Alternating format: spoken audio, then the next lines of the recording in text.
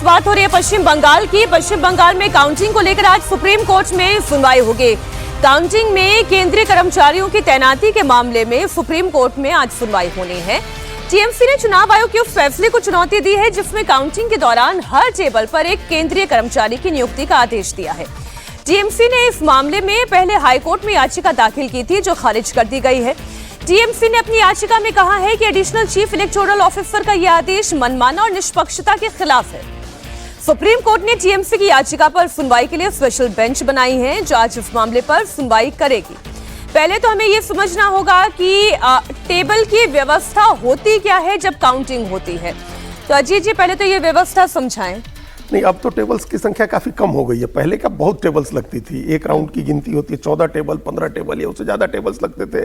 उसमें ballot box एक एक बूथ के खोले जाते बक्से होते थे, फिर बैलेट मिलाया जाता था, फिर उनको अलग चांटा जाता था, उनकी काउंटिंग होती थी। अब तो ईवीएम ने बहुत आसान कर दिया चीजों को, बहुत बटन दबाओ तुरंत काउंटिंग हो जाती है। खोलने के समय जो सील की लगाया गया होता है, हर पार्टी के मतलब का जो पोलिंग एजेंट होता है वो अपना चेक करता है, उसको मिलाया जाता है। जो नंबर इनको एक सीट जो फॉर्म भर के मिला होता है उसको मिलाते हैं लोग कि इतने वोट पड़े थे, उसकी हो जाती है कि इतने वोट पड़े थे, सील खुलती है, एक बटन दबाइए वो नंबर्स आ जाते हैं। तो अब तो टेबल्स की संख्या काफी कम हो गई है। पहले ज्यादा टेबल्स होती थी, उतनी टेबल्स होती तो इतने ज्यादा केंद्रीय कर्मचारी बंगाल में मिलने मुश्किल हो जाते, क्योंकि आप 294 सीटें हैं और हर सीट के लिए हर बूथ के हर काउंटिंग सेंटर में अगर 14 15 टेबल लगी हुई है तो हजार की संख्या ज्यादा केंद्रीय कर्मचारी होते। अब वो संख्या कम होगी। केंद्रीय कर्मचारी भी रखे जा रहे हैं और जो पीएसयू हैं, भारत सरकार के जो पब्लिक सेक्टर अंडरटेकिंग्स हैं, उनके भी लोगों को निकाला जा रहा है। निकाला जाएगा मतलब स्पेयर किया जाएगा। ये इसीलिए ना कि निष्पक्ष रूप से काउंटिंग की प्रक्रिया हो जाए। हाँ, वहाँ जो इलेक्टोरल ऑफिस जो अपना जो डीएम होते हैं, एसपी होते हैं, एसडीओ होते हैं, वो सब अपने जो रिटर्निंग ऑफिसर वहाँ का होता है वो उसकी निगरानी कर रहा होता है। मैं ममता बनर्जी की याचिका में जो दलीलें हैं वो बता देती हूँ सर।